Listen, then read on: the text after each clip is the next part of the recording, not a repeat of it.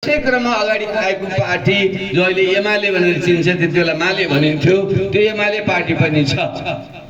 र त्यतिले मात्रै पुगेन, राजतन्त्रै फ्याँक्नु पर्यो भनेर हामी सहितले, मैले अहिले पनि भने, मिलेर बनाएको माओवादी पार्टी पनि अहिले पनि बाँकी छ। र त्यस्तै विभिन्न ठाउँमा आफ्ना प्रभाव क्षेत्र भएका क्षेत्रीय पार्टीहरू पनि छन्। ती हुँदाहुँदै हामीले यो जनता समाजवादी पार्टी किन बनायो? के आवश्यकता पर्यो? के फरक हो? पहिले हामीले नयाँ शक्तिको नाउँबाट हामी अगाडि आयौँ। नयाँ शक्ति वास्तवमा पार्टी भन्दा पनि एउटा अवधारणा विचार थियो। नयाँ पुराना शक्ति, पुराना पार्टीको विकल्पमा नयाँ शक्ति भन्ने अर्थमा हामीले त्यो अवधारणा ल्याएका थियौँ। र त्यति बेला पनि हामीले स्वाधीनता, संहिता, सुशासन, समष्टि समाजवाद भनेर 5 छ भनेर सुरु गरेका थियौँ। तिनै 5 छ मध्येकै 6 अहिले पनि हामी लिएर हिँडेका छौँ। त्यसैले त्यति बेलाको नयाँ शक्ति पछि फेरि केही दलहरूसँग एकता गरेर बनेको समाजवादी पार्टी, सपा र अहिले अझै अरू दलहरू एकता गरेर बनेको जनता समाजवादी पार्टीमा हामी छौँ। र अझै फेरि पनि एकताबद्ध हुँदै ध्रुवीकरण हुँदै यो अगाडि बढ्नेछ। हुनसक्छ नाम आदि फेरिन पनि सक्छ, तर तत्कालमा त्यो सम्भावना देख्दिन। त्यसैले मैले तपाईँलाई सङ्केत के गरेको भने यी पुराना पार्टीहरूको विकल्पमा नयाँ पार्टी, नयाँ विचार, नयाँ शक्ति आवश्यक छ भन्ने जुन कुरा हामीले 2072 सालपछि सुरु गरेका थियौँ, त्यसै क्रममा नै नयाँ हुन चाहने पुराना पार्टी भन्दा विचारमा फरक, नीतिमा फरक, कार्यक्रममा फरक, सङ्गठनमा फरक, नेतृत्व शैली, संस्कारमा फरक, उन्नत फरक भन्दाखेरि नराम्रो अर्थमा फरक होइन, राम्रो अर्थमा अगाडि बढेको अर्थमा फरक बनाउने सोचका साथ हामी यो बृहत ध्रुवीकरणको क्रममा छौँ। र जनता समाजवादी पार्टी भनेको त्यही हिजोकै नयाँ शक्तिको बिउ, त्यही भ्रूण बोकेको विकसित एउटा शक्ति हो।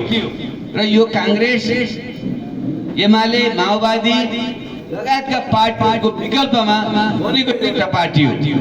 त्यसैले म तपाईँहरूलाई त्यसका नेता, कार्यकर्ता, अभियन्ता हुनको नाताले हामी के अर्थमा हामी फरक हौँ र किन बनायौँ त्यो बुझ्न जरुरी छ। किनकि अब छिटै हामी फेरि चुनावमा जाँदैछौँ। किनकि लोकतन्त्रमा त आवधिक नियमित चुनाव हुन्छ। अब स्थानीय निर्वाचन वैशाख 30 गतेलाई घोषणा गरिएको छ र त्यसपछि फेरि प्रदेश र सङ्घको चुनाव आउँदो माघ फागुनसम्म गर्नै पर्छ। त्यसको अवधि अर्को माघ फागुनमा गएर पुरा हुन्छ, हुनसक्छ अगाडि नै पनि हुनसक्छ। जे भए पनि यो आउँदो वर्ष चुनावै चुनावको वर्ष हुन्छ। त्यसै भएको हुनाले तपाईँहरूले हामी कुन अर्थमा हामी फरक छौँ, किन यसको आवश्यकता पर्यो, हामी किन लागेका हौँ भन्ने कुरा सबभन्दा पहिले बुझ्नु जरुरी छ।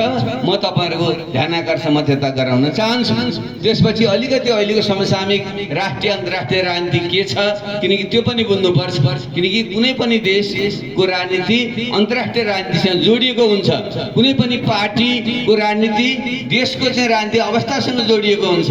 त्यस अर्थमा पनि हामीले समसामयिक राजनीतिका जुन घटनाहरू हालसाल भए ती के हुन् भन्ने विषयमा म अलिकति राख्छु। र तेस्रो कुरा चाहिँ अब हामी छिटै चुनावमा हामी जाँदैछौँ, चुनावको तयारी गर्दैछौँ।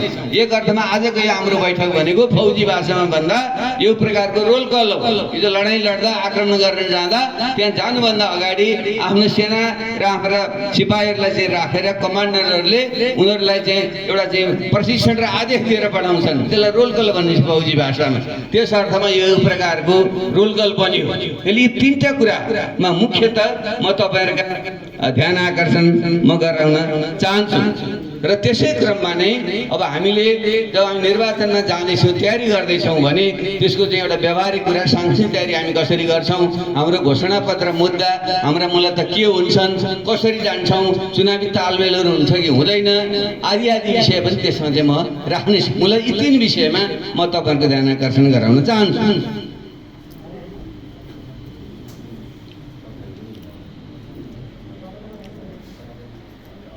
सबभन्दा पहिले जनता समाजवादी पार्टी नै किनभने नेपालमा 2007 सालमा राणातन्त्रका विरुद्ध लड्दा नेपाली काङ्ग्रेसको उदय भयो।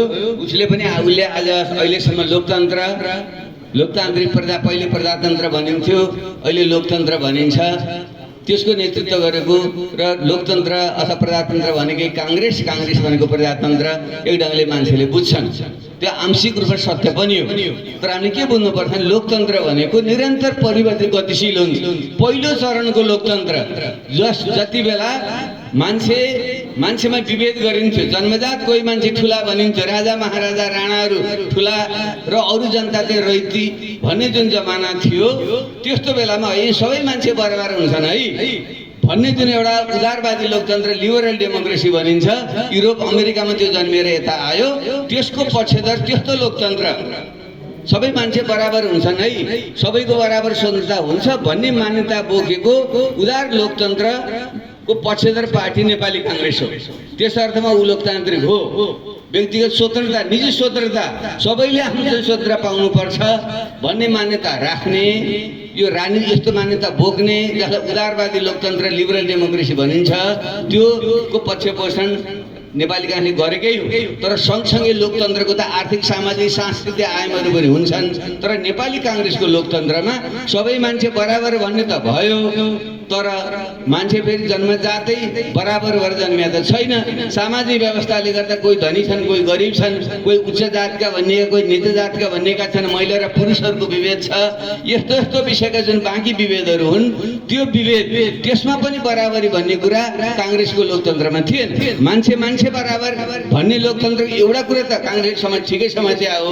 त्यसर्थ नेपाली काङ्ग्रेस लोकतान्त्रिक हो, तर धनी र गरिब पनि त छन् नि। जातिमा चाहिँ मान्छे विभाजित छ। अब कथित दलित र गैर दलित भन्ने दुईटा थरी जातपात जन्य व्यवहार पनि छ। महिला र पुरुषको विभेद, यो खालको विभेदको अन्त्य गर्ने कुरा नेपाली काङ्ग्रेसको लोकतन्त्रले गरेन। खालि व्यक्ति अमूर्त व्यक्ति मात्रै उसले भन्यो। बाघ र बाख्रालाई बराबरी स्वतन्त्रता दिने भन्ने कुरा त राम्रै हो। बाघलाई पनि पानी खान दिने, बाख्राले पानी खान दिने सुन्न त राम्रै कुरा हो। तर एउटै कुवाबाट बाघले र बाख्राले पानी खान पाउँदाखेरि खान्छ कसले? पहिले बाघले खान्छ कि बाख्राले खान्छ? सँगै खानेको त बाघले बाख्रा खान्छ नि। त्यसले कुरा सुन्दा राम्रो, तर व्यवहारमा त्यो गरिबहरूले, हेपिएकाहरूले, चेपेका तल परेकाहरूले चाहिँ कहिले पनि अधिकार नपाउने चाहिँ भयो हो। त्यसै भएको हुनाले नेपाली काङ्ग्रेस लोकतान्त्रिक हुँदा हुँदै पनि उसको लोकतन्त्र अपूर्ण थियो, त्यो पुरा लोकतन्त्र थिएन। भने पुरा लोकतन्त्र कसरी त भने अर्को समानताको अवधारणा बोकेका कम्युनिस्ट पार्टीहरू त्यसपछि आए। सँगसँगै जन्मिएको त करिब 1-2 वर्षपछि नै हो। नेपाली काङ्ग्रेस 4 सालमा जन्मियो, कम्युनिस्ट पार्टी 6 सालमा जन्मियो। त्यसैले उनीहरूले चाहिँ यो गरिबहरूको वर्गीय कुरा उनीहरूले उठाए। धनी र गरिबहरूको बिचमा पनि बराबरी हुनुपर्छ भन्ने कुरा उठाए। त्यो पनि राम्रै कुरा हो, त्यो त हुनुपर्छ। धनी र गरिबको भेद मेटाउनुको त राम्रो कुरा हो। त्यसैले त्यसपछि जुन कम्युनिस्ट पार्टीहरू आए, पहिले चाहिँ एउटा एकीकृत कम्युनिस्ट पार्टी थियो, पछि विभिन्न टुक्राहरू भए। तीमध्येमा सबभन्दा ठुलो पार्टीको रूपमा पहिले माले र एमाले भनेर चाहिँ आयो। 46 सालसम्म आउँदाखेरि चाहिँ एमाले सबभन्दा ठुलो पार्टी भनेर चाहिँ आयो कम्युनिस्टहरूको। त्यही नै कम्युनिस्ट हो भन्ने भयो। यसले वर्गको कुरा गर्दा धनी र गरिबलाई बराबरी भन्ने कुरा गर्छ भने यो राम्रै कुरा थियो। तर व्यवहार के भयो भने दुईटा कुरा चाहिँ त्यहाँ मिलेन। एउटा त वर्गीय रूपमा पनि बराबर हुन्छ भन्दै पनि कम्युनिस्ट पार्टीको ढाँचा यस्तो एकात्मक खालको, यस्तो केन्द्रित खालको बन्यो। त्यहाँको कम्युनिस्ट पार्टीको जुन नेता हो, अध्यक्ष हो, महासचिव हो अथवा नेताहरू हुन्, ती चाहिँ भित्रभित्रै चाहिँ सम्पत्ति आर्जन गरी धनी हुँदै जाने भए। रुस चीनदेखि सबैतिर देखियो र नेपालमा पनि देखिन थाल्यो। एउटा त वर्गीय पनि बराबर जस्तो गरिएन। दोस्रो कुरा वर्गीय मात्रै कुरा चाहिँ होइन, वर्गीय पनि हो, तर सँगसँगै यो जातीय उत्पीडन छ नि, यो पनि त छ नि। हाम्रो देशमा त विभिन्न खालका जातिहरू छन्। तराई मधेसका मधेसी थारूहरू, हाम्रो पहाडमा आदिवासी जनजाति भनिनेहरू चाहिँ हाम्रा राई, लिम्बू, तामाङ, गुरुङ, मगर, नेवार, थारू लगायतका जातिहरू र चाहिँ हाम्रा पश्चिमका चाहिँ खसहरू, जो पछि ब्राह्मणहरूसँग आर्यहरूसँग मिसेर खस आर्य बने। यस्तो चाहिँ जातीय रूपमा पनि त्यहाँ विभेद छ भने अर्को जातपात जन्य विभेद जुन वर्णाश्रम व्यवस्था ल्याइयो, ब्राह्मण शूद्र वैश्य, ब्राह्मण क्षेत्र शूद्र वैश्य भनेर जसरी वर्ण विभेद गरियो, खास गरी शूद्र भनिएको अछुत बनाएर जुन बनाइएको थियो, तिनीहरूमाथिको विभेद त सिङ्गै बाँकी थियो। कम्युनिस्टहरूले बराबरी त भने, तर चाहिँ त्यो छुवाछुत अन्त्य गर्ने ढङ्ग ढङ्गले पनि उनीहरू जान सकेनन्। त्यसैले महिला र पुरुषहरूको बिचको जुन विभेद थियो सिद्धान्त सामान्य कुरा त गरे, तर त्यो पितृसत्तात्मक सत्ताकै अन्त्य गरेर महिला पूर्ण रूपले बराबरी बनाउनेतिर कम्युनिस्ट पार्टीको समानताले त्यहाँसम्म लान सकेन। त्यसैले यी दुईटा कारणले गर्दा हामीले कम्युनिस्ट पार्टीहरूभन्दा अगाडि बढे, काङ्ग्रेस र कम्युनिस्ट पार्टीहरूभन्दा अगाडि बढेर पूर्ण प्रकारको चाहिँ एउटा लोकतन्त्र चाहियो। व्यक्तिगत निजी स्वतन्त्रता काङ्ग्रेसले भनेको निजी स्वतन्त्रता, कम्युनिस्टहरूले भनेको वर्गीय स्वतन्त्रता सँगसँगै जातीय क्षेत्रीय लैङ्गिक प्रकार जातपात जन्य जुन विभेद छन् त्यसको पनि अन्त्य गर्ने गरी पूर्ण प्रकारको एउटा लोकतन्त्र चाहियो, समावेश र सहभागितामूलक लोकतन्त्र चाहियो भनेर हामीले लोकतन्त्रको यो बाँकी काम पुरा गर्नको निम्ति हामीले जनता समाजवादी पार्टी र नयाँ शक्ति हुँदै यहाँसम्म हामीले उठाएको थप मुद्दा यो। त्यसैले काङ्ग्रेसलाई हामीले पुरै निषेध गर्दैनौँ, काङ्ग्रेसलाई हामी बढी किन गाली गर्दैनौँ भने कमसेकम व्यक्ति निजी स्वतन्त्रताको कुरा गर्यो, राणाशाहीको विरुद्ध लड्यो, त्यस अर्थमा उसले नै काम गर्यो, तर त्यो अपुरो थियो, अधुरो थियो।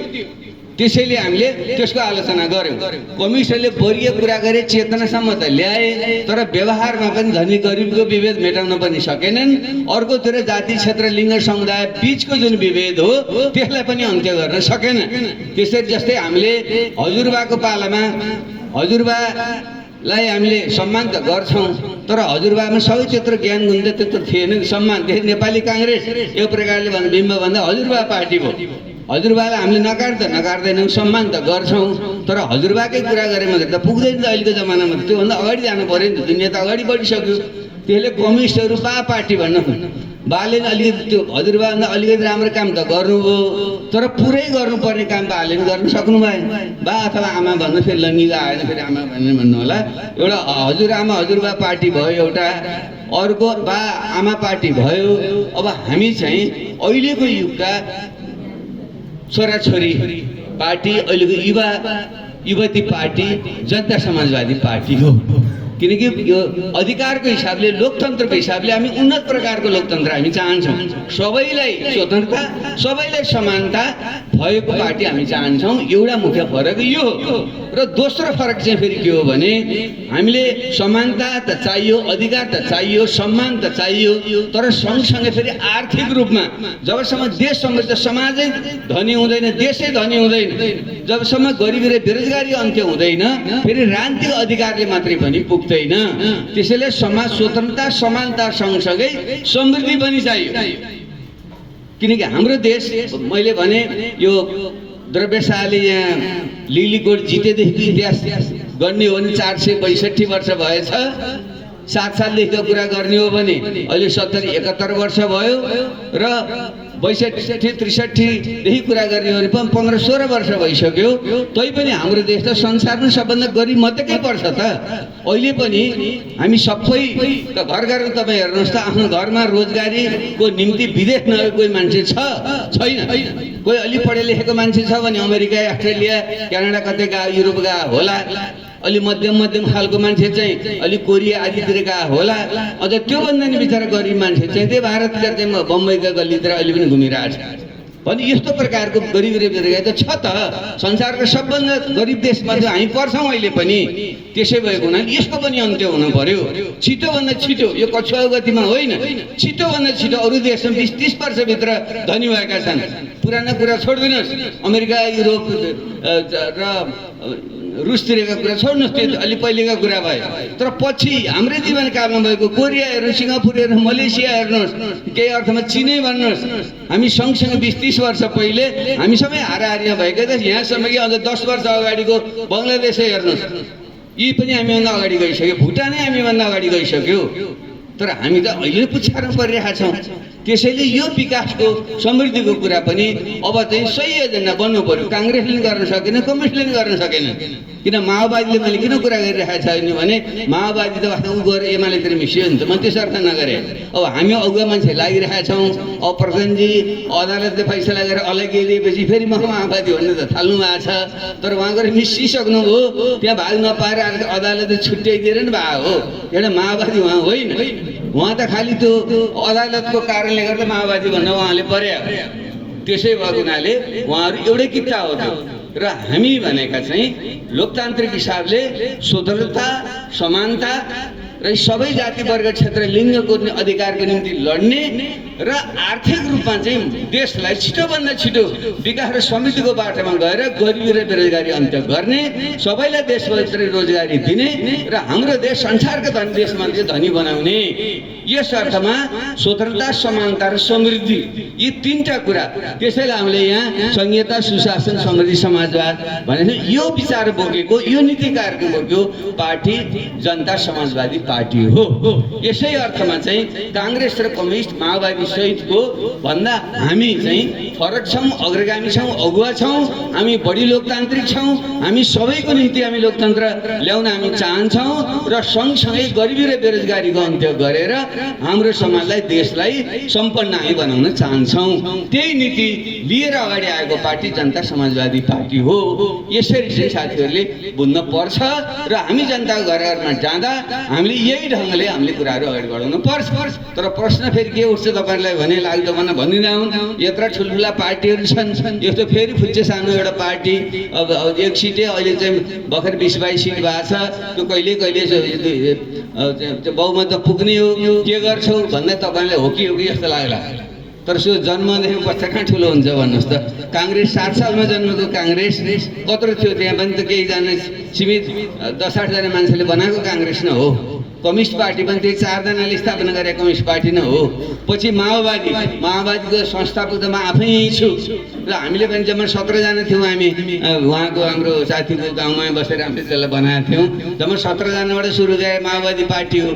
त्यसै भएको हुनाले बच्चा जन्मदा सानै हुन्छ र विचार सुरुमा सानै हुन्छ, बिउ सानै हुन्छ, रुखको बोट पनि सानै हुन्छ, तर चाहिँ समयक्रममा सानो ठुलो हुँदै जान्छ।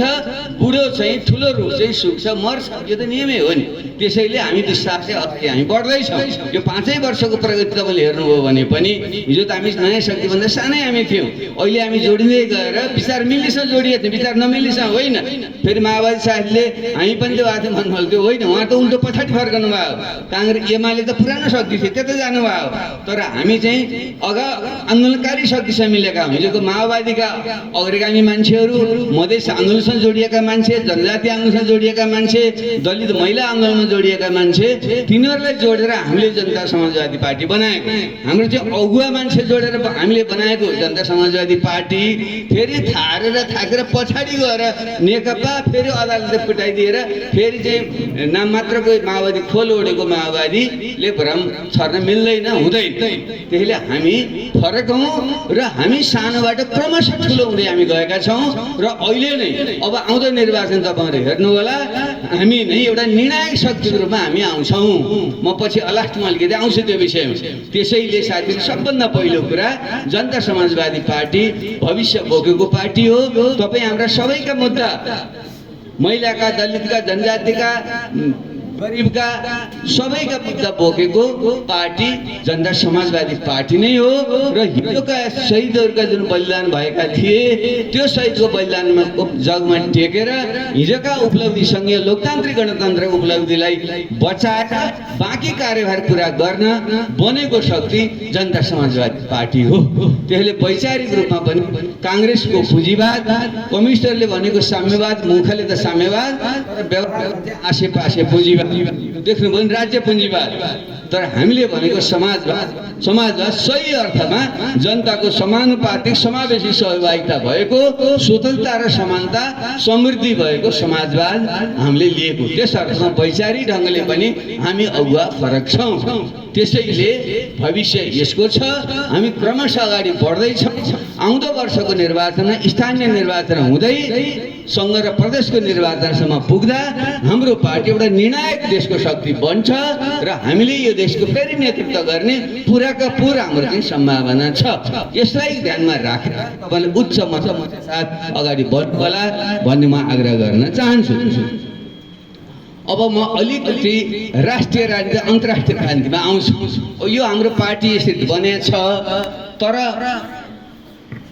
कुनै पनि पार्टीका नीतिहरू अन्तर्राष्ट्रिय परिस्थितिमा, देशभित्रको परिस्थितिमा, अरू शक्तिहरूसँग सम्बन्धमा पनि आधारित चाहिँ हुन्छ।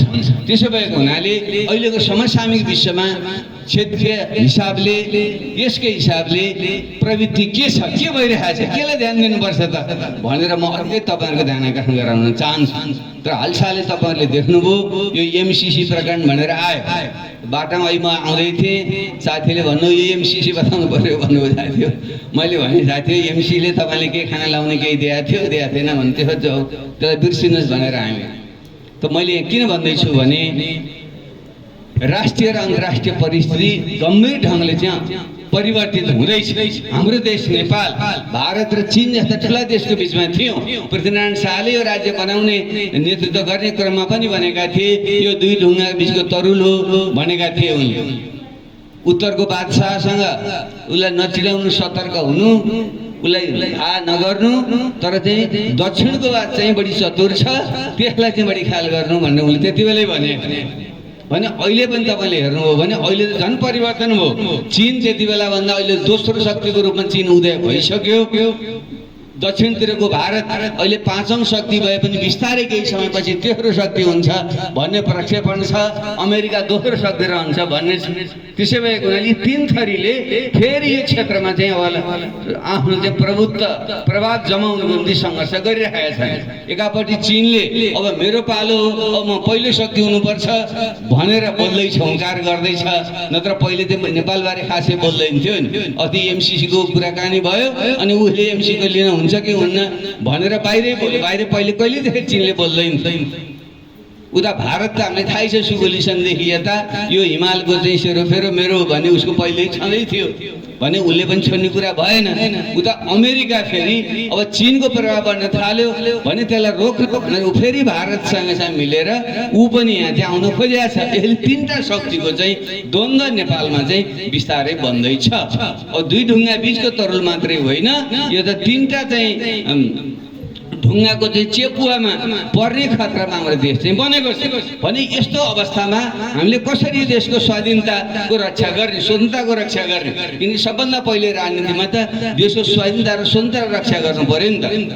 त्यसैले कसरी गर्ने यो मुख्य प्रश्न हो। यही विषयमा अहिले हाम्रो बहसै पार्टीहरूसँग अस्ति मैले संसदमा छोटो थियो समय बोलेको थिएँ, तपाईँले सुन्नुभयो। त्यति बेलै मैले भनेको थिएँ यस्तो अप्ठ्यारो बेलामा हाम्रो जस्तो सानो देश जो ठुलोका यस्तो चेपोमा बसेको हुन्छ त्यसका निम्ति के छ त बाटो भन्दा मैले तीनटा बाटो मैले भनेको थिएँ। एउटा भनेको ती ठुला शक्ति मध्ये एउटाको आडली एउटाको छाता ओढ्ने, जस्तै कोरिया, जापान। दोस्रो विश्वयुद्धपछि जापानले हार्यो, त्यसपछि जापानले के गर्यो, अमेरिका सेनै ल्याएर राख्न दियो। त्यहाँ उसको संविधान पनि अमेरिकाले बनाइदियो। बादशाह त राजा त राखिदियो, बादशाह अनि त राखिदियो नाम मात्रको।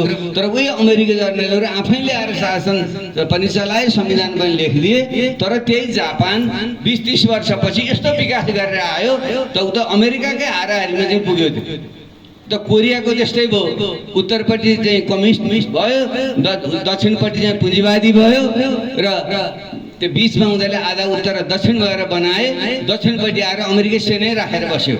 तर अहिले त्यही कोरिया तपाईँले हेर्नुभयो भने हेर्दा सानो छ, आकारमा हाम्रोभन्दा पनि सानो छ, जनसङ्ख्या अलिकति बढी छ, तर ऊ संसारको 10औं ठुलो अर्थतन्त्र बन्यो। हामीले हेर्दा 30 वर्षभित्र 1990मा म कोरिया गएको थिएँ, हाम्रो जस्तै थियो।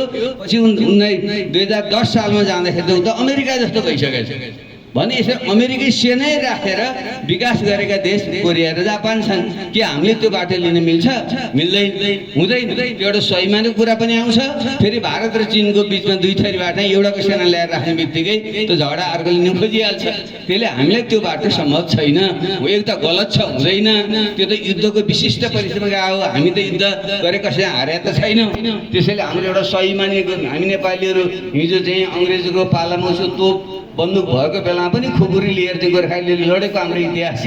त्यसले गर्दा वीर गोर्खाली भन्ने हाम्रो पहिचान छ। त्यसैले विदेशी सेना युवा उपान कसैको पनि राख्ने हामीले छुट छैन, हुँदैन, सम्भव पनि छैन, हुँदैन पनि। अब दोस्रो बाटो के हो भने सबैसँग समान राम्रो सम्बन्ध राख्ने, कसैसँग पनि नराम्रो सम्बन्ध नराख्ने अनि आफै भित्र अन्तर्निर्भर या आत्मनिर्भर भएर आफूभित्र नै कसैको पनि सहयोग पनि नलिने, केही पनि नगरी चुपचापसँग आफू चाहिँ बनाउने एउटा अर्को बाटो भन्छ, जस्तो चाहिँ स्विजरल्यान्डको बाटो। स्विजरल्यान्ड भन्ने देश फ्रान्स जर्मनी इटाली ठुल्ठुला देशको बिचमा छ। त्यहाँ पनि हाम्रो हिमाल जस्तै आल्प्स भन्ने उसको पर्वत छ, चारैपट्टि त्यो आर्टले घेरेको त उनी यस्तो कप जस्तो छ क्या हाम्रो चाहिँ कचौरा जस्तो वरिपरि पहाड छ, कचौरा छ। त्यसैले उस इतिहासदेखि अहिले मात्रै होइन 200 वर्षदेखि कसैसँग झगडा नि गरेन, लडाइँ नि लडेन, दुईटा विश्वयुद्ध भए, कतैपट्टि पनि लागेन र आफूले विकास गर्यो, सबैबाट सहयोग चाहिँ लियो, भन्दा व्यापार पनि गर्यो, तर चाहिँ कसैपट्टि पनि ढल्किएन। किनकि उसले चाहिँ आत्मनिर्भर भएर बस्न चाहिँ यस्तो कचौरा जस्तो भएर बसेको थियो। आल्प्स पर्वत चाहिँ चारैपट्टि घेरेको थियो, सुरक्षा दिएको थियो, आफू बस्यो, आफ्नो काम गर्यो, आफ्नै साधन स्रोत प्रयोग गरेर धनी भयो। अहिले धनी देश मध्येमा स्विजरल्यान्ड गनिन्छ र कसैसँग अहिले लडाइँ केही पनि गरेको छैन। एउटा त्यो बाटो। अब हाम्रो पनि हाम्रो त गजब त्यो बाटो हुन्थ्यो, तर के भइदियो भने हाम्रो भूगोल त फेरि हामीले बदल्न सकिँदैन। अब हाम्रो यता उत्तरपट्टि यस्तो हिमाल छ, यो तपाईँले यहीँबाट हेर्नुभयो देख्नुभयो भने त्यहाँ देख्नुहुन्छ हिमालचुली र मानसुलीदेखि ल्याएर हेर्दै आउनु भने तल्लो हिमाल यहाँ र त्यसपछि महाभारत हुँदै तराईसम्म जानुहुन्छ। यस्तो भराइङ जस्तो छ, भराइङ जस्तो छ। अनि हामी दक्षिणपट्टि हामी ढल्किया छौँ, उतापट्टि भारतसँग खुला सिमाना छ, 1.5 अर्बको मान्छे उता छन्। यतापट्टि हिमाल पारीको चाहिँ तपाईँले चिन हेर्नुभयो भने एकदम अल्गो तिब्बतको पठार छ। फेरि मुख्य जुन चिन हो पूर्वपट्टि धेरै टाढा छ, 1000 माइल चाहिँ उता पर छ। त्यो उसो समथर मैदान जनसङ्ख्या भएको ठाउँ, खालि जनसङ्ख्या नभएको अल्गो जसलाई पठार भनिन्छ मैदान, हिमालकै आरारीको चाहिँ मैदान भएको चाहिँ तिब्बत चिनको भाग हो। त्यहाँ चाहिँ यो जोडिया छ, त्यहाँ जनसङ्ख्या छैन, खालि यो चाहिँ ठुल्ठुला पहाडहरू जब मैदान मात्रै छ भने यस्तो भएको ठाउँ हामी यता ढलिएका छौँ। हाम्रो सबैभन्दा व्यापार उतै हुन्छ। हिजो बाबुबाजे पनि नुनतेल गरेर हामी उतै जान्थ्यौँ। अलिअलि हिमाली भएका मान्छे थोरै मान्छे हाम्रा यता सामागाउँ छेकम्पारतिरका लार्के भोटबाट अलिअलि जाने हो उता, नत्र भने हामी सबै बाबुबाजेको पालोदेखि हामी जाने फेरि दक्षिणतिरै हो भने अहिले पनि हाम्रो जनसङ्ख्या मधेसतिर गएर आधाभन्दा बढी जनसङ्ख्या। अहिलेको जनसङ्ख्या अनुसार त 53-54% हाम्रो तराई मधेसमा बस्छ भने यस हिसाबले दक्षिण हामी यसरी जुन ढल्किया छ, हाम्रो भराइङ जस्तो छ।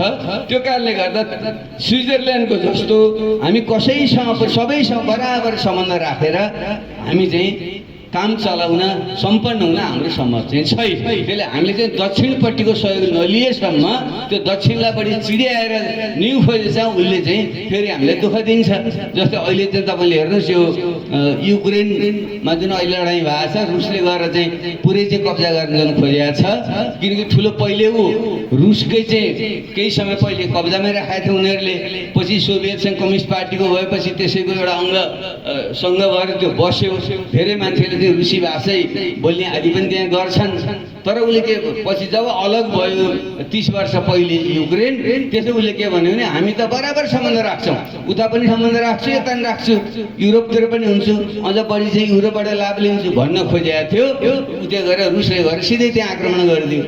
हामीसँग पहिले चाहिँ हाम्रो नजिक भएको त अब उतापट्टि नजिक हुन्छ भनेर चाहिँ उसले आक्रमण गरेर सबैले शब्दले त बोलेका छन्, तर कोही गयो कोही पनि गएको छैन। जबकि त्यहाँ त हिमालले छेका छैन, त्यहाँ हाम्रो जस्तो मैदानको ठाउँ हो। त्यो युरोप यता चाहिँ जर्मनी पोल्यान्डहरू पर्छन्, उतापट्टि रुस पर्छ, बिचमा युक्रेन छ, त्यो सबै मैदान छ त्यहाँ। तर कोही पनि गएन, सहयोग गरेर गयो कोही पनि गएन।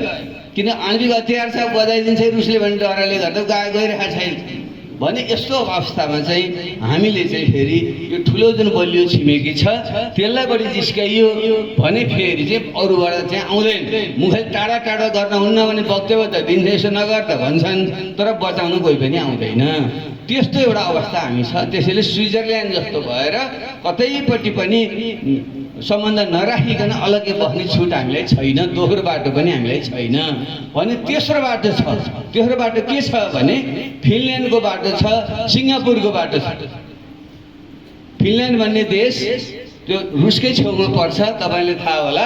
पहिले रुसकै एउटा त्यो उपनिवेश पनि थियो पहिले, पछि त्यहाँबाट मुक्त भयो र 4-5 वर्ष दोस्रो विश्वयुद्धका लड्यो पनि रुससँग र पछि रुससँग उसले सम्झौता गर्यो। किनकि त्यहाँबाट नै रुसको पुरै सम्बन्ध जुन बाल्टिक सागर भन्ने छ त्यहाँबाटै पानी जहाजबाट पश्चिमतिर सम्पर्क गर्ने बाटो त त्यही फिनल्यान्डको छेउ भएर जान्थ्यो। त्यसैले रुसले उसले छोड्न नचाहने अनि उसले के सम्झौता गरे, तिम्रो आधारको जुन स्वार्थ छ त्यसमा हामी दखल दिँदैनौँ, तर हामीले अरूसँग पनि सम्बन्ध राख, स्वतन्त्र पनि हुन्छौँ, तर तिमीलाई हामीले चिडाउँदैनौँ, तिम्रो चाहिँ हितलाई हामीले ध्यान दिन्छौँ भनेर रुससँग राम्रो सम्बन्ध राख्यो, रुसलाई चिड्याएन। तर सँगसँगै पश्चिमेली जर्मनी लगायतका अरू देशहरू अमेरिका लगायत देशमा पनि सम्बन्ध राख्यो। त्यसो गर्दाखेरि त्यो फिनल्यान्ड भन्ने देश अहिले दोस्रो विश्वयुद्ध ताका चाहिँ धन्य ध्वस्त भएको देश अहिले संसारको मानवीय विकास सूचकाङ्कमा 1 नम्बरमा पर्छ।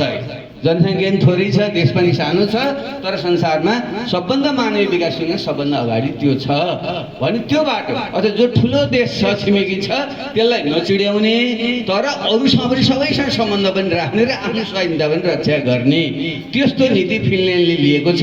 र सिङ्गापुरले पनि त्यसरी सानो एउटा टापु जस्तो देश, तर त्यो चाहिँ यो हिन्द महासागर र प्रशान्त महासागरका सबै व्यापार गर्ने 80% जुन व्यापार जान्छ अर्थतन्त्रको, त्यसको चाहिँ त्यही छेउ गएर चाहिँ उसले जान्छ। त्यसरी उसले के गर्यो भने यो चीन, जापान लगायतका पूर्वका देशहरूलाई नचिड्याउने तर मुख्य रूपमा चाहिँ फेरि पैसा त अमेरिकासँग छ, मुख्य चाहिँ फेरि अमेरिकासँग सम्बन्ध राखेर उसको पैसा ल्याएर अनि चाहिँ त्यहाँ उसले चाहिँ ठुला ठुला ब्याङ्कहरू चाहिँ ठुल्ठुला कम्पनीहरूलाई ल्याएर त्यहाँ राख्न दियो अमेरिकी र पश्चिमा कम्पनीहरू। तर पूर्वलीहरूलाई चाहिँ उसले जिस्क्यायो, किनकि त्यहाँ धेरै चिनिया मान्छे छन् सिङ्गापुरमा, चिनलाई पनि उसले जिस्क्यायो। त्यसो गरेर अहिले सिङ्गापुर हाम्रै पालामा जो लिक्यान उसले चाहिँ विकास गरे भनेर हामी भन्छौँ। सबभन्दा संसारको एउटा धनी देश मध्येमा चाहिँ त्यो टापु चाहिँ बनेको छ। यसरी चाहिँ यो तेस्रो बाटो भनेको चाहिँ हामीले सबैसँग राम्रो सम्बन्ध त राख्ने तर जो ठुलो छिमेकी छ जसले हामीले दुःख दिन सक्छ त्यसलाई चाहिँ नचिड्याउने भन्नाले चाहिँ के हो भने तपाईँ स्वतः बुझिहाल्नुभयो तपाईँहरूले।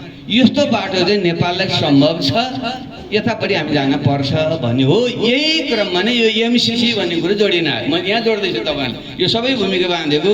अब एमसी बुरुक्क मान्छे उफ्रे, लो एमसी ल्यायो भने चाहिँ सेना आउँछ अरे, ऊ आउँछ अरे, सबै खान्छ अरे भने तल सम्झै जब कि त्यो थिएन सम्झौता हेर्दै थाहा हुन्छ।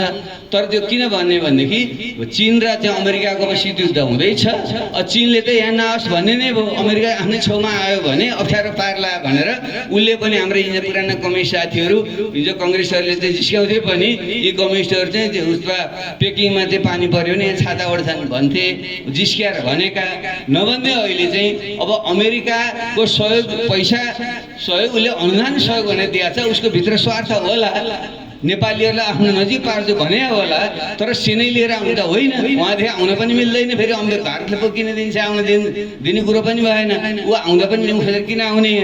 तर यस्तो हल्ला पिटाइदिए कि सेनै लिएर आउँछ भनेर हाम्रो चाहिँ चिनिया मित्रहरूले अलिकति उक्साइदिए र हाम्रा कम्युनिस्ट साथीहरू, म नाम मात्र कम्युनिस्ट भन्छु, त्यो खोल मात्रै कम्युनिस्ट ओढेका साथीहरूले यो तलैसम्म यो कुरा लिएर गए र पुरै गिजो लियो।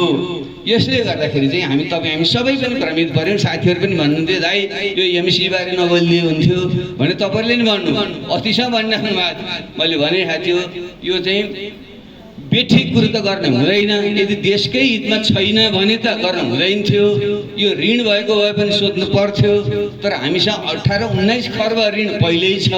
ती धेरै जसो ऋण हामीले तिनै अमेरिकी सङ्घ संस्था बरु भएका चाहिँ विश्व ब्याङ्क, एसियन ब्याङ्कबाट लिएका छौँ। त्यसको सामान्य ब्याज 2-3 खर्ब प्रत्येक वर्ष हामी तिरिरहेका छौँ। पहिले त्यस्तो हुँदाखेरि चाहिँ हामी त्यस्तो चिन्ता भएन। अहिले अमेरिकाले चाहिँ यी गरिबहरूले लो गरी खाऊ भनेर चाहिँ गाउँमा पनि त कहिलेकाहीँ हुन्छ नि, चाउले चाहिँ ठग्नुसँग ठग्या हुन्छ, तर ज्यादै दुःख पायो भने लो कान्छा लो लाए, लो कान्छे यति ला सहयोग गरे भने दिन्छ नि कहिलेकाहीँ, भने लिने कि नलिने नि पाइन्छ। अब दियो साउले भने लिने खाने, अब के गर्ने, धान छोराछोरी भोकै छन् भने लिने हो। त्यसै भएको हुनाले यो चाहिँ अनुदान सित्तैमा उसले दिएको हो, तर खर्च गर्दा तिमीले ठिकसँग गर्दै तमसित गर्छ नि, कपाल तमसी लेख्दाखेरि पनि त लेख्दा हाम्रो बाबु जेठाबाट जेठाबाट असुल उपर गरी लिनु भने ल्याप्चे लगाइदिएँ, दाएँ बाएँ फड्के किनारका साक्षी भनेर गरे हुन्छ नि। यसो हेर्दा हेपे जस्तो लाग्छ। अब तमसुको भाषा अलिअलि त त्यस्तो हुन्छ, तैपनि दिएको छ भने लिने खाने भन्ने कुरा चाहिँ त्यो थियो। अब मैले त्यही भने सुरुदेखि नै। अब हाम्रा चाहिँ चर्का साथीहरू, हाम्रा माओवादी साथीहरू, अरू साथीहरूले चाहिँ यो अमेरिकाले दिएको पैसा चाहिँ लिने भनेर उफ्रनु भयो। पैसा त अमेरिका र भारत र चिनको भन्ने त हुँदैन। अब योभन्दा पनि धेरै साथीहरूलाई भ्रम परेको थियो। अहिले आएर अहिले मैले जोड्न खोजेको कहाँनिर हो भने यो जे कुरो मैले भनेको थिएँ, हामी गरिब छौँ, त्यसैले हामीले सबैको सहयोग लियौँ, खास गरी छिमेकीलाई नजिस्क्याउँ, बलियो बनाउँ, आफू बलियो भएपछि देश बलियो भएपछि जनतालाई आफ्नै देशभित्र राखेपछि अनि विदेशीले आक्रमण गर्न आयो भने पनि देशको रक्षा हुन्छ। तर हाम्रै जनता विदेशमा गयो, जनता गरिब भयो भने सबैले हेप्छन्। त्यसैले कसैलाई पनि नचिडाइकन सबैको सहयोग लिएर भारतको पनि बिप्पा भन्ने समुदाय मेरै पाला मैले गरेको थिएँ लगानी ल्याउँ, त्यो पनि ल्याउँ। चीनले पनि बिआरआई भन्नेले पनि यहाँ लगानी गर्ने भनेकै छ, त्यो पनि लिउँ। अमेरिकाले नि एमसिसी भनेर जुन अनुदान दिन्छु भनेको त्यो पनि लिउँ र देशको विकास गरौँ भन्ने हाम्रो विचार भयो। अब यो विषय होइन भने धेरै मान्छेले अब म कहाँ आउँदैछु भने अन्त्यमा त देखियो त। हाम्रै मित्र प्रतिनिधि माओवादी पृष्ठभूमिकै साथीहरू हामी छौँ। मेरो आनन्द परम मित्र नै हो उहाँ, अहिले नै हाम्रो राम्रो सम्बन्ध छ उहाँसँग। तर उहाँको स्वभाव कस्तो भने जता काफल पाक्यो उतै चरी नाच्यो भन्छ, जता फाइदा हुन्छ त्यही पिपल पाक जस्तो चाहिँ हल्लने बानी उहाँको पहिले थियो। यो त सबैमा पृष्ठमित्र म जान्न, हिजो त्यही भएको हो नि। राजालाई फ्याँक्ने भन्ने क्रममा पनि होइन, राजा चाहिँ बरु मिलेर भए बरु ल्याउँ फाइदा हुन्छ भन्ने मान्छे उहाँ हो नि। होइन त्यसो नगरौँ, राजालाई फ्याँकौँ बरु अरू पार्टीहरूसँग मिलाउँ भन्ने क्रममा कत्रो बबन्डर भयो तपाईँलाई थाहा छ। पछि संविधान सभा हामी शान्ति प्रक्रियामा आसी संविधान बनाऊ भनेर हाम्रो पार्लिमेन्टारमा ठुलो भेला भयो नि, 7,000 मान्छेको भेला हाम्रो यहीँ पार्लिमेन्टारमा भयो। म लगायतका साथीहरूले हामीले अहिले संविधान बनाएर जानुपर्छ, शान्ति प्रक्रिया पुरा गर्दा फाइदा हुन्छ भन्यौँ। उता मोहन वैद्यले त होइन विद्रोह गर्ने भन्नु हो। प्रचण्डजीले चाहिँ बाबुरामसँग सङ्घर्ष प्रधान, किरणसँग चाहिँ वैद्यसँग चाहिँ एकता प्रधान भनेर उहाँ जानुभयो। अनि अस्ति 12 वर्षपछि खोलो फर्कन्छ भने जस्तो अस्ति महाधिवेशन गरेर त्यो पुरा पार्लिमेन्टार प्लान चाहिँ गलत भएछ भनेर उहाँले लेख्नुभयो। अनि मैले त्यति बेलै ट्विट गरेको थिएँ, अब तपाईँले एमसिसी पनि बुझिन्छ भन्नुहुन्छ है तपाईँले भन्दै नभन्दै त्यति हो एमसिसी कुनै खालको लिनै हुँदैन भनेर उहाँले कराउनु भयो। अस्ति पास पनि गर्नु बैठकबाट नि गर्नुभयो। अनि पछि के भयो लास्टमा आउँदा तपाईँलाई थाहा छ। अब उहाँले यसो बुझ्नुभयो त्यो एमसिसीमा त अब त पास हुने भयो, पास भएपछि त सरकार छोड्नु पर्ने भयो। सरकार छोडेर सडकमा गएपछि त अनि उहाँलाई विश्वास भएन। अब उतै एमाले पनि लात हानिसक्यो, अब काङ्ग्रेसले लात हाल्यो भने त अब घट्न घाटको भइन्छ भन्ने डरले रातारात चाहिँ फेरि उहाँले एउटा चाहिँ व्याख्यात्मक घोषणा भनेर चाहिँ एउटा लात छोप्ने बाटो वकिलहरूले बताइदियो। मलाई थाहा थियो पहिल्यै, त्यो केही वकिलहरूले त्यस्तो कुरा भनिरहेको थियो पहिले नै। अनि त्यसको चाहिँ सहारा लिएर चाहिँ अब भोट हाल्ने भनेर रातारात चाहिँ उहाँ त्यहाँनिर पुग्नुभयो। अब त्यो व्याख्यात्मक टिप्पणी भने तपाईँले बुझ्नुभयो त्यो केही पनि अर्थ हुँदैन। त्यो सम्झौता उही हो, त्यो परिवर्तन भएको छैन। उहाँले भने त संशोधन नभएसम्म भोट हाल्दिनँ भने हो भने संशोधन कहाँ भयो? ऊ त हुबहु त्यही पारित भएको छ, खालि त्यसको व्याख्या गर्नुभएको छ। मैले त्यसरी अस्ति भने पनि त्यहाँ अब दिन भनेको त स्वतः बुझिन्छ नि, दिन भनेको त उज्यालो भन्ने हो नि। दिन भनेको घाम लागेको उज्यालो अवस्थालाई बताउँछ भनेर भनिराख्नुपर्छ। रात भनेको घाम नलागेको निष्पष्ट चाहिँ अँध्यारो भएको अवस्थालाई रात भनिन्छ भने व्याख्या गर्नुपर्छ, पर्दैन नि। त्यसैले उहाँले खालि त्यो लाज छोप्नको निम्ति एउटा व्याख्यात्मक घोषणा पनि जुन भन्नुभएको छ त्यो पनि उहाँको चाहिँ फेरि कार्यकर्तालाई मूर्ख गर्ने बाटो बाहेक केही होइन। जसरी पहिले राजतन्त्रलाई अन्त्य गरौँ भन्दा मान्नु भएन, पछि लटारिँदै आएपछि आउनुभयो। हिजो संविधान बनाउँ भन्दा मान्नु भएन, संविधान बनाउँदै पछि आउनुभयो र अहिले गल्ती गरिएछ भन्नुभयो भने अहिले एमसिसीको हकमा पनि हामीले जे भनेका थियौँ यो अनुदान सबैबाट लिउँ देश बनाउँ भन्दा चाहिँ बडो राष्ट्रवादी भनेर उफ्रनु भयो र हामीलाई चाहिँ दलाल आदि भनेर उफ्रनु भयो। अन्त्यमा आएर न्युरिमेन्ट्री नलाएर भोट त हाल्नुभयो।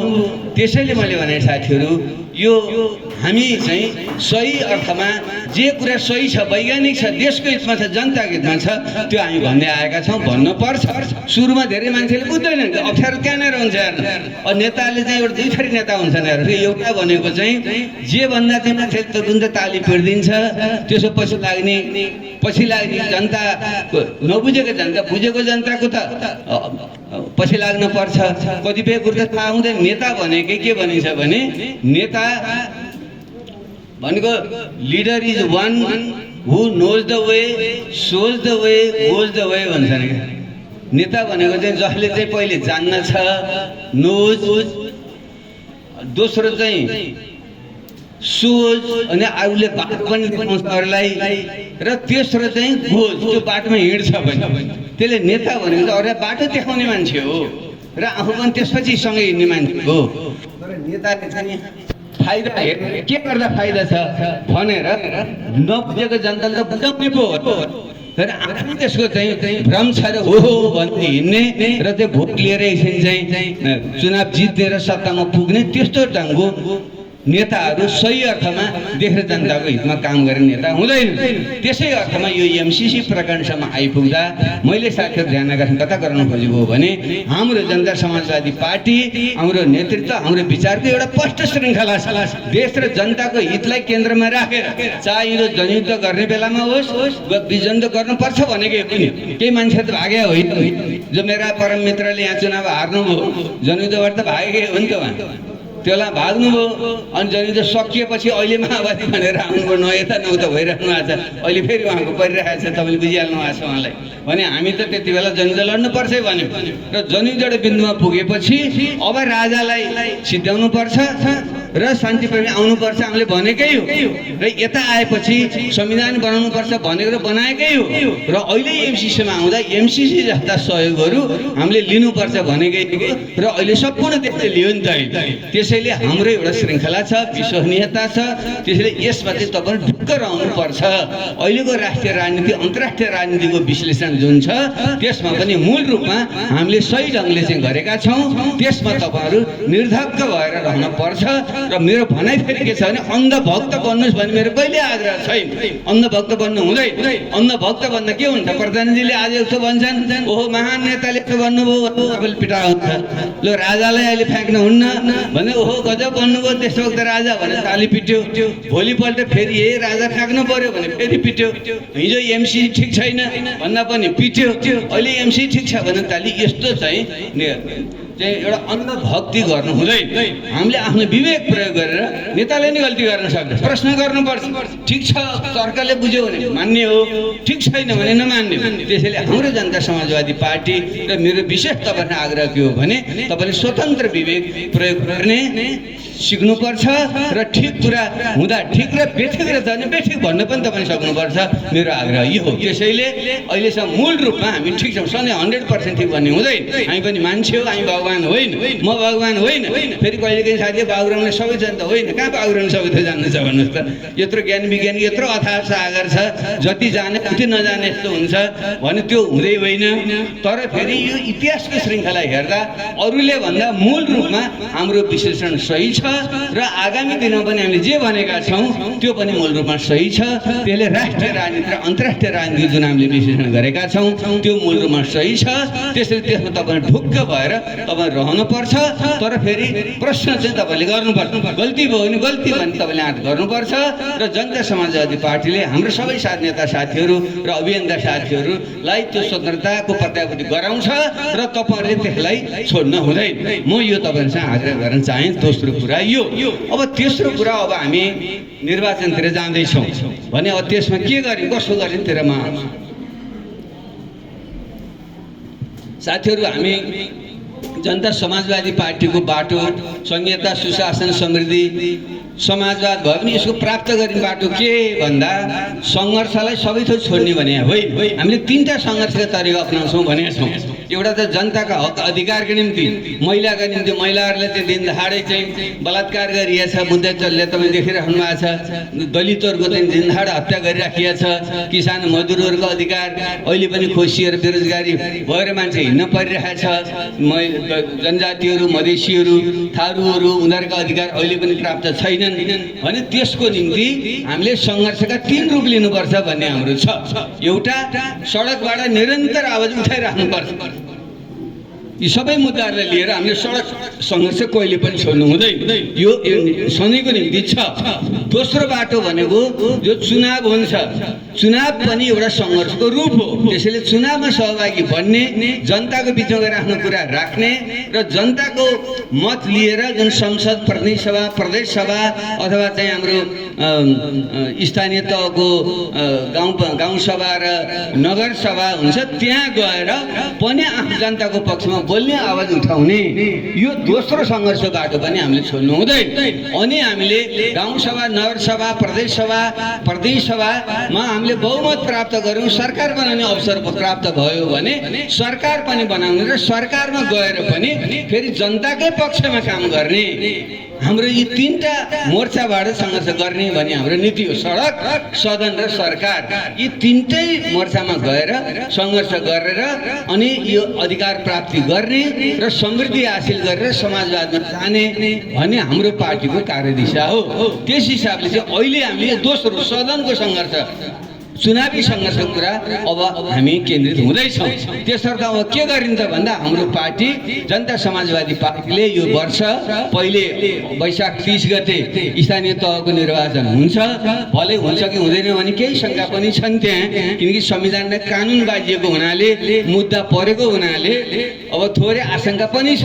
खास गरी के हो, हाम्रो संविधानले के भन्छ भने यो चाहिँ यो नगरसभा, गाउँसभाको चाहिँ कार्यकाल 5 वर्षको हुनेछ लेख्या। अब 3 चरणमा चुनाव हो। पहिले पनि एउटा चाहिँ वैशाख 31 गते भएको थियो, अर्को चाहिँ असार 14 गते भएको थियो र तेस्रो चाहिँ असोज 2 गते भएको थियो। त्यसैले गर्दाखेरि 3 चरणमा चाहिँ 5 वर्ष पुरा हुन्छ। केहीको त सायद हाम्रो चाहिँ पहिलो चरणमा भयो क्यारे, त्यो वैशाख 31 गते नै भयो, अर्का थरीको असोज यो असार 14 गते भयो, असार 14 गते 5 वर्ष पुग्छ। अझ मधेसतिर चाहिँ अन्त्यमा भएको थियो, असोज 2 गते भएको, उसको चाहिँ 5 वर्ष असोज 2 मा गएर हुन्छ कि त त्यो ऐन संशोधन गर्नु पर्यो। जुनसुकै छ, 3टै चरणमा भए पनि एउटै मिति गणना हुनेछ भनेर भन्दिनँ पर्यो संविधान संशोधन गरेर, नत्र भने संविधानमै त्यो लेखेको हुनाले त्यसले चाहिँ फेरि मुद्दा पर्यो भने त्यो चाहिँ फेरि मिति सर्न पनि सक्छ। त्यो खतरा त छ, तर त्यता जानु हुँदैन। भएछ भने भएछ, तर अगाडि नै भयो भने के गर्ने, पछि भए त केही तयारी गरे केही बिग्रेन, तर अगाडि नै भयो भने त बर्बाद हुन्छ। त्यसैले वैशाख 30 गते चुनाव हुन्छ भन्ने कुरा बुझेर हामीले तयारी गर्नुपर्छ। त्यसले यसमा कुनै विवाद नपर्नु होला। प्रथम कदाचित अदालतले पहिल्यै फैसला गरेर सरेछ भने केही बिग्रिएन, तर चुनाव भइहाल्यो भनेदेखि त हामी त फेरि यता नउताको बनिन्छ। त्यसैले अहिलेको अवस्थामा वैशाख 30 गते चुनाव हुन्छ भन्ने बुझेर साथीहरूले तयार गर्नुपर्छ। मेरो पहिलो आग्रह चाहिँ यो। अब यसो गर्ने क्रममा अब हामीले के गर्छौँ त भन्ने आफ्नो प्रश्न छ। साथीहरू, हामीले राजनीतिमा कसैले पनि कसैमाथि दया माया गर्दैन। बहुदलीय लोकतन्त्र भनेको प्रतिस्पर्धा नै गर्ने राजनीति हो। त्यसै भएको हुनाले यसलाई स्वस्थ रूपले प्रतिस्पर्धा गर्नुपर्छ। त्यसको निम्ति आफ्नै शक्तिको आडमा हामीले चुनाव लड्न पर्छ। त्यसको निम्ति जनताको बिचमा जाने, पहिले सङ्गठनलाई दुरुस्त बनाउने, जुन हाम्रा जिल्ला समिति छ, त्यसपछि चाहिँ गाउँ समिति र हाम्रो चाहिँ नगरपालिका समितिहरू छन्, वडा समितिहरू छन्, तिनलाई चाहिँ तन्दुरुस्त बनाउने, तिनलाई बलियो बनाउने र हाम्रा वडाहरूमा, हाम्रा टोलहरूमा, वडाहरूमा, गाउँपालिका, नगरपालिकाहरूमा जनताको बिचमा गएर सङ्गठन बलियो बनाउने र त्यसको बलमा नै हामीले चाहिँ जनताको मत प्राप्त गर्ने तरिकाले हामी जानुपर्छ। त्यसैले यो चुनावमा अब साथीहरूले सायद अलिकति सुनाइ पनि सक्नुभयो, हामीले चाहिँ यो चुनाव तयारीका संयन्त्रहरू चाहिँ बनाएर, तयारी समितिहरू विभिन्न तहका चाहिँ बनाएर, वडा समितिहरू बनाएर अब हामी लाग्नुपर्छ। त्यो तपाईँले पक्कै गर्नुभएको छ भन्ने मलाई विश्वास छ। त्यहाँ मैले भनिराख्नु परेन। आफ्नै बलबुतामा जित्ने ढङ्गले हामी सोध्नुपर्छ, किनकि बहुदलीय लोकतन्त्र हो, केही ठेगाना हुँदैन। यदि हो कुनै बेला यस्तो स्थिति आयो, आफू एक्लैले जित्न नसक्ने भयो, अर्कोले पनि ठान्यो हाम्रो सहयोग आवश्यक छ भन्ने ठान्यो भने त्यहाँ चाहिँ गठबन्धन हुन सक्छ। तर चाहिँ हामी कमजोर छौँ। अब अर्काले एक्लै जित्ने भयो भने लो दया लाएर तँलाई दिन्छु त भन्दैन कसैले पनि, र हामीले पनि मलाई देऊ न भनेर माग्नु पनि मिल्दैन। त्यसैले अहिले यति बेला अरू कसैको गठबन्धन हुन्छ कि हुँदैन भन्ने कुरातिर नसोचिकन हामी एक्लैले जित्नुपर्छ। हामी एक्लै जित्न सक्छौँ, किनकि हामी विचारमा सही छौँ, हाम्रो नीति र कार्यक्रममा सही छौँ। त्यसैले हामीले जितेर हामीले नै चलाउनुपर्छ भन्ने सोचका साथ नै साथीहरू लाग्नुपर्छ। त्यसैले आफ्नो खुट्टामा उभिने ढङ्गले, आफैले जित्ने ढङ्गले साथीहरूले चाहिँ तयार गर्नु होला भन्ने चाहिँ चाहिँ मेरो चाहिँ आग्रह छ।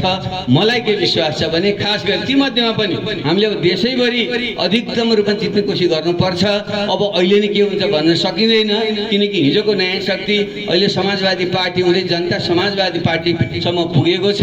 हाम्रा केही प्रदेशहरूमा 2 नम्बर प्रदेशमा अथवा मध्य प्रदेशमा त हाम्रै नेतृत्वमा सरकार पनि छ, तर अरू ठाउँमा 1 नम्बरमा 5 नम्बरमा पनि चाहिँ हामी त्यहाँ सरकारमा सहभागी छौँ। यहीँको गण्डकी प्रदेशमा पनि हामी सरकारमा सहभागी छौँ। उता हाम्रो 7 र 3 मा माने प्रतिनिधित्व छ, खालि हाम्रो चाहिँ प्रदेशमा प्रतिनिधित्व नभएको उता 6 नम्बरमा कर्णाली प्रदेशमा मात्रै हो।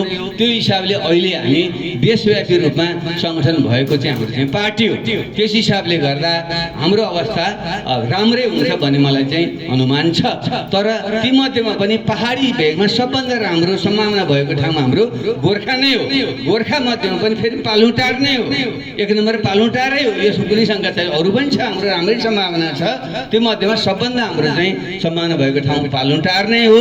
त्यसै भएको हुनाले पनि म आज यहाँ विशेष गरी आउनुको निम्ति आफ्नो गृहनगर भएर मात्रै होइन, सम्पूर्ण पहाडकै निम्ति सबभन्दा महत्त्वपूर्ण जिल्ला र त्यसको महत्त्वपूर्ण नगरपालिका भएको नाताले पनि म तपाईँहरूको बिचमा आएको हुँ र तपाईँहरूको यो उपस्थिति, तपाईँहरूको जिज्ञासाबाट म अत्यन्त उत्साहित छु। र मेरो के विश्वास छ भने पालिटार नगरपालिका हामीले जित्नै पर्छ। अब के छ त्यो तपाईँले जान्ने कुरा हो। तपाईँहरूको यो जुन युवाहरूको पङ्क्ति देख्छु, सबै महिला, दलित, जनजाति सबै जुन चेहरा मैले खसाएर सबैको यहाँ देखिरहेको छु, यो हेर्दाखेरि त हाम्रो जस्तो यस्तो समावेशी, यस्तो प्रतिनिधित्वमूलक पार्टी सायद अरूको छैन। त्यसैले हामीले पक्कै जित्छौँ भन्ने मलाई भित्री विश्वास त छ। तर फेरि घर दैलोमा जाने त तपाईँ हो। यहाँ चाहिँ फेरि चाहिँ भोट हाल्दाखेरि त प्रत्येकको चाहिँ मोल उति हुन्छ, महत्त्व उति हुन्छ। त्यस हिसाबले पनि तपाईहरुले नै त्यो कुरा थाहा हुने कुरा भयो। तर मेरो तपाईलाई आग्रह के छ भने पालुटार नगरपालिका जसरी पनि हामीले जित्न पर्छ र हामीले जित्न सक्छौं, त्यसको तयारीमा तपाईहरु चाहिँ लाग्नुहोस्। अब त्यसमा के गर्ने भन्ने विषयमा साथीहरुले योजना बनाउनुहुन्छ। अलिकति हामीले समय छ, एउटा तयारी समिति पहिले बनाउने, पहिले त आफ्नो कमिटी तलसम्म व्यवस्थित पार्ने र पहिलो प्रचार भनेको त मुखमुखैले काने खुशी प्रचार भन्छन्, पँधेराका गफ भन्छन्, पिँढीका गफ भन्छन्, चौताराका गफ भन्छन्, त्यहीबाट सुरु गर्ने हो।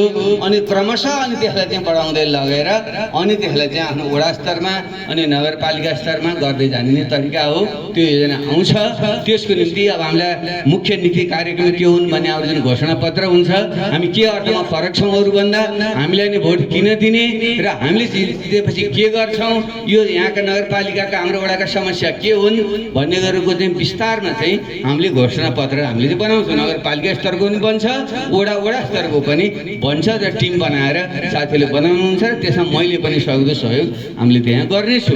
अब त्यसो गर्दाखेरि चाहिँ अब हामीले मलाई लाग्छ के भने जनताको चेतना स्तर अनुसार पनि हामी जान्नुपर्छ। किन जनतालाई अहिले हाम्रो गाउँठाउँको चाहिँ मुख्य समस्या भनेको चाहिँ मैले बुझेअनुसार एउटा अधिकारको समस्या त छँदैछ, तर त्योभन्दा मुख्य जनताको समस्या भनेको विकास र समृद्धिकै समस्या। गाउँठाउँमा मान्छेहरू चाहिँ रोजगारी नपाएर खान लाउनु चाहिँ आफ्नो परम्परागत खेतीले नपुगेर विदेश जानुपर्ने जुन अवस्था छ, सहर जानुपर्ने अवस्था छ, त्यसले गाउँमा विकासको लहर कसरी ल्याउने भन्ने विषय नै मुख्य मुद्दा बन्छ जस्तो मलाई चाहिँ लाग्छ। त्यसो भएको हुनाले तपाईहरुले हामीले गरेका कुरालाई चाहिँ राम्रोसँग लान पनि सक्नुपर्छ। एउटा हाम्रो भनाइ छ नि, बोल्नेको चाहिँ पिठो बिग्छ, नबोल्नेको चाहिँ चामल बिग्दैन। हुन्छ पिठो र चामलको त भेद गर्नु त हुँदैन हामीले, तैपनि हाम्रो जुन उखान भन्छ, त्यसैले हामीले राम्रो गरेका कुरा जनता बिचमा लानै पर्छ। अब तपाईले छाती फिलेर भन्न सक्नुहुन्छ, गोर्खा पालुटार क्षेत्रमा पहिले 20औं वर्षसम्म जुन अरूको सरकार रह्यो, अरूले सुरुमा पञ्चायतको कुरा छोडौँ, 47 सालपछि यता हेर्दा पहिले नेपाली काङ्ग्रेसले लामो समय सरकार चलायो, त्यसपछि एमाले रह्यो, त्यसपछि माओवादी पनि हामी रह्यौँ र यी चरण तपाईँले बाँडेर हेर्नुभयो भने पछिल्लो चरणमा हामीले छोडेपछि माओवादी मात्रै सरकारमा रह्यो, हामी सरकारमा रहेनौँ। त्यो दाँजेर तपाईँले हेर्नुहोस् त, जति बेला हामी सरकारमा रह्यौँ हामीले जति काम कसैले पनि गोर्खामा गरेका छैन। यो त हाम्रो दाबी हो। जुन बाटोघाटो नै तपाईँले भन्नुहुन्छ भने उयो मौलिन गोर्खा बजार जाने बाटो बाहेक कुनै बाटो त थिएन। पछि जब 64-65 सालमा पहिला हाम्रो हिसिलामीजी भौतिक योजना मन्त्री बन्नुभयो, 65 सालमा म अर्थमन्त्री बने, पछि 68-69मा म प्रधानमन्त्री बने। त्यति बेला नै गोर्खाका जति पनि बाटोघाटाहरू बने, पुलहरू बने, खानेपानी योजनाहरू बने, यो यहाँको चाहिँ यो पोलिटेक्निक लगायतका चाहिँ संस्थाहरू बने, अस्पताललाई चाहिँ 50 बेड बनाउने कुराहरू बने र सबै ठुल्ठुला कारण सानातिना त अरूले पनि गरे होलान्। यो कृषि आधुनिकीकरण योजनाका कुराहरू भए, यो सिँचाइका कुराहरू, पालुटार सिँचाइ, गुन्द्रुटार सिँचाइका कुराहरू भए, यी सबै हाम्रै पालामा त आएका हुन्। यो त यो मैले उसको च्याङ्लीमा चाहिँ औद्योगिक क्षेत्र बनाउने भने मैले सुरु गरेको, अहिले अड्काएर राखेका छन्। मैले त्यसलाई फेरि सुरु गर्नको निम्ति म फेरि देख्न चाहिँ लागिरहेको छु। अहिले जुन ठुल्ठुला परियोजनाहरू छन् ती सबै हाम्रै पालामा भएका हुन्। यस तपाईँले दाबी साथ तपाईँले भन्न सक्नुहुन्छ। तर बिचमा यो 2-3 वर्ष जो नेपाली काङ्ग्रेस र माओवादी यो एमाले र माओवादीको जुन सरकार बन्यो, यो 3 वर्ष चाहिँ गोर्खामा विकासको गति अवरुद्ध भएकै हो। किनकि सांसद कोषबाट खालि जम्मा 500 करोड रुपियाँ मात्रै हुन्थ्यो, झिने मिसिना अलिअलि हुन्थ्यो। मैले अलिअलि चाहिँ कनिका छरेसित गरेँ, तर ठुला ठुला त बजेटबाट जुन आउनु पर्थ्यो, माओवादीले साथीले भन्नु सक्नुपर्छ तपाईँहरूले, हिजो म समेत माओवादी छँदा त भएको थियो, तर तपाईँको माओवादी एमालेमा छँदा 3 वर्ष के गर्नु भन्नु पऱ्यो क्या। अब मेरो पालामा गरेको चाहिँ मैले गरेँ भने पोलिटेक्निक त मेरो पालामा म प्रधानमन्त्री हुँदा भएको म गरेँ भन्नुहुन्छ उहाँहरूले। माओवादीले गर्यो भन्नु, ल ठिक छ, म सहितको माओवादीले, बाबुराम सहितको माओवादीले गरे हो। बाबुराम बिनाको माओवादीले के गर्यो भने सुन्नुहोस् त उनीहरूलाई। बाबुराम बिनाको माओवादी त उहाँ 72 सालदेखि अहिले 6 वर्षसम्म माओवादी त कुनै सरकार पनि हटेको छैन। काङ्ग्रेसको सरकार नै बसिरहेको छ, एमालेको पनि सबैमा बसिरहेको छ। तर उसको पालमा के भयो त भने तपाईँले औँलामा गन्ने कुरा केही पनि पाउनुहुन्न। त्यस अर्थमा हिजोको संयुक्त माओवादी छँदा पनि र पछिल्लो चरणमा पनि गरेको हामीले नै हो। यो कुरालाई तपाईँले अत्यन्त गर्वका साथ भन्न सक्नुपर्छ र जनतालाई बुझाउन सक्नुपर्छ। र अब जो बाँकी छ, बाँकी चाहिँ के छ भने यो गत 3 वर्षमा जुन हामीले बाटाघाटा ट्र्याकहरू खोलेका थियौँ त्यसलाई पक्की गर्नु पर्थ्यो, स्तरोन्नति गर्नु पर्थ्यो। जस्तै यहाँबाट यो दुधपोखरी मार्ग 20औं वर्षदेखि अड्केर बसेको छ। मैले पोहोर अलिकति पैसा हालेँ, बिचैमा एकजनाले ल्याएर आफ्नो घर दैलोमा हालेछन् र माथि बाटै जान पाएन। तपाईँहरूको यता 3 नम्बरबाट माथि जाने जुन हो त्यो बाटै त्यसरी रोकिएर बस्यो भने अहिले यो वर्ष त्यहाँ पैसा हालिसकिया। पहिले नै मैले 7 करोड पहिले परेको छ, अहिले मैले फेरि 50-60 करोडै रुपियाँ त्यसलाई हालेर दुधपोखरीसम्म लाने भनेर त्यो प्रक्रिया अगाडि बढ्दैछ भने उतापट्टि अलिकति यो जुन अलिकति ट्र्याक नखोलेका जुन ठाउँहरू थिए त्यो पनि मैले सांसद कोष ट्र्याक खोलेको छु। र अहिले पनि यो नगरपालिका यो शहरी विकास मन्त्रालयबाट भर्खरै अलिकति जुन पैसा आछ हो, दाबी नगरौँ, यो फेरि तपाईँ हामीले तिरेकै पैसा हो, सरकारी पैसा हो, मेरो बल्कैबाट दिए त होइन। तर पहल चाहिँ मैले गरेको थिएँ, त्यो सत्य हो। किनकि जब हामी साउनदेखि सरकारमा गयौँ त्यसपछि त अब यो बाँकी काम त पुरा गर्नु पर्यो। मुख्य रूपमा जुन सडकहरू चाहिँ पिच हुन सकेका थिएनन्, स्तरोन्नति हुन सकेका थिएन, त्यो गर्नु पर्यो भनेर नै मैले अलिकति पहल गरेँ। त्यसको निम्ति यो दुधपोखरी मार्गको रकम चाहिँ हालिएको छ। र उतापट्टि अर्को 1 नम्बरपट्टिको आरुगा बेनीघाट लार्के सडक, यो चाहिँ बारपाकदेखि लाप्राक हुँदै माथि खोला जाने सडक, त्यहाँ पनि पैसा हालिएको छ भने यो पालुङटार जो नगरपालिका हो, यहाँ चाहिँ अब यो मध्यपहाडी लोकमार्ग पनि हाम्रै पालामा भयो, ढिलो भइरहेछ। अब बिहान मात्रै त्यहाँ इन्जिनियरलाई चाहिँ मैले बोलाएर जसरी पनि तपाईँले यो चाहिँ एउटा चाहिँ चैतसम्म भनिसक्नुपर्छ उताको खण्ड, असारसम्म चाहिँ यताको खण्ड बनिसक्नुपर्छ। यो जसरी पनि गर्ने परिणाम चाहियो भनेर अहिले मात्रै मैले उनलाई बोलाएर भनेको छु। र मध्यपहाडी लोकमार्ग हामी पुरा गर्छौँ। र यहाँको चाहिँ पालुङटारका जुन भित्री बाटाहरू सडकहरू छन् त्यसको निम्ति पुरै पैसा त गर्न सकिएन। मैले मन्त्रीसँग शहरी विकास मन्त्री र अर्थमन्त्रीसँग कुराकानी गरेर 50 करोड रुपियाँ हाल्ने व्यवस्था गरिएको थियो। तर त्यो नगरपालिका मात्र पठाउनु पर्ने फेरि नियमले त नगरपालिकाको मेयर र नेतृत्व त अरूको हातमा छ, तैपनि फेरि यो त नगरपालिका मार्फतै पठाउनु भएको हुनाले 50 करोड रुपियाँ आएको छ। अस्ति मात्रै यहाँ नगरपालिकाको कार्यकारी समिति बसेर बजेट विनियोजन गरेको छ। मैले उहाँलाई भने अब पैसा त मैले जोडेर गरेर पठाएको हो, तर फेरि अधिकार त तपाईँहरूको, त्यसरी एकदम मिलाएर गर्नु होला है भनेर मैले हाम्रो मेयर साहबलाई पनि हाम्रो साथीहरूलाई पनि भनेपछि बाँडफाँड गर्नुभएको छ। 50 करोड सबै त पुग्दैन, तैपनि यहाँको जुन हाम्रो तुरदुरेबाट यहाँ आउनेसम्मको जुन बाटो थियो त्यो बाटोमा हाल्ने कुरा र अर्को चाहिँ उतापट्टि आफिबल हस्पिटलसम्म चाहिँ लाने बाटोको कुरा 1 नम्बर वडातिर पनि छ, त लुङ्गा हुँदै माथि आउने बाटोको कुरा र यहाँ पनि अन्य यो बस पार्क आदि के यहाँ बनाउने कुराहरू थिए। त्यो विषयमा चाहिँ सायद उहाँले विनियोजन गर्नुभएको छ। त्यसको मुख्य पहल चाहिँ फेरि हामीले नै गरेको हो र यो चाहिँ फेरि जस लिने कुरा त होइन, खालि उही यथार्थ जानकारी गराउने कुरा मात्रै मैले यहाँलाई चाहिँ गरेँ। अब अर्को एउटा चाहिँ पन्थटी कटरे हर्मी बाटो चाहिँ बडो यो घाँटीमा अडिको हाट जस्तो भन्छ नि। हाम्रै पालामा 65 सालमा म नै अर्थमन्त्री छँदा बजेट हाल्ने त्यो सुरु गरियो, पछि पनि बजेट त हालिँदै गयो, तर चाहिँ ठेक्कापट्टा आदिले चाहिँ ढिलो ढिलो हुँदै रह्यो र पछि यसलाई छिटो टुङ्ग्याउनु पर्यो भनेर भारतीय ऋण सहयोग भन्ने हुन्छ एक्जिम ब्याङ्कको सहयोग, त्यसले चाहिँ खास रणनीतिक प्रकारका सडकहरूलाई मात्रै त्यो रकम हाल्न मिल्छ। त्यसमा खास गरी अलिकति राजनीतिक पहुँच भएका व्यक्तित्वहरूको जुन क्षेत्र हो त्यहाँ पनि एउटा क्राइटेरिया उनीहरूको चाहिँ छ। अब म पूर्व प्रधानमन्त्री भएको नाताले मेरो निर्वाचन क्षेत्रमा जोड्ने सडकमा हाल्न मिल्छ भनेर त्यो पन्थरी कटरे हर्मी र साइलचार मैले उता लौनु पनि जोडियोस् भनेर मैले त्यहाँ जोडेर त्यसमा हालियो त्यो। तर चाहिँ त्यो प्रक्रियागत जटिलता त्यसभित्र हुँदै रहेछ। पोहोर साल पनि त्यो ठेक्काको निम्ति टेन्डर आह्वान भयो, पछि बिचमै क्यान्सिल भयो। पोहोर साल त्यसरी अहिले भदौमा फेरि अर्को चाहिँ प्रि क्वालिफिकेसनको निम्ति टेन्डर भयो र पछि छनौट गर्दाखेरि चाहिँ उनीहरूले 10 वटा चाहिँ ले आवेदन गरेका, तीमध्येमा के उही पढेका मूर्खहरूले यो पनि खानुहुन्न त्यो पनि खानुहुन्न भन्दा भोकै बसे भने जस्तो गरेर 10 वटा चाहिँ त्यो टेन्डर मध्ये जम्मा 2टा छानेछन्। फेरि 2टा मात्रै गर्दा त फेरि मिल्यो मात्रै हुने माने झगडा हुने भयो भने त्यो हुन्न भन्ने फेरि दोहोऱ्याएको छ। र अनि अस्ति मैले फेरि हाम्रो भौतिक मन्त्रालयका प्रतिनिधि र भारतीय दूतावासकै त्यो हेर्ने प्रतिनिधि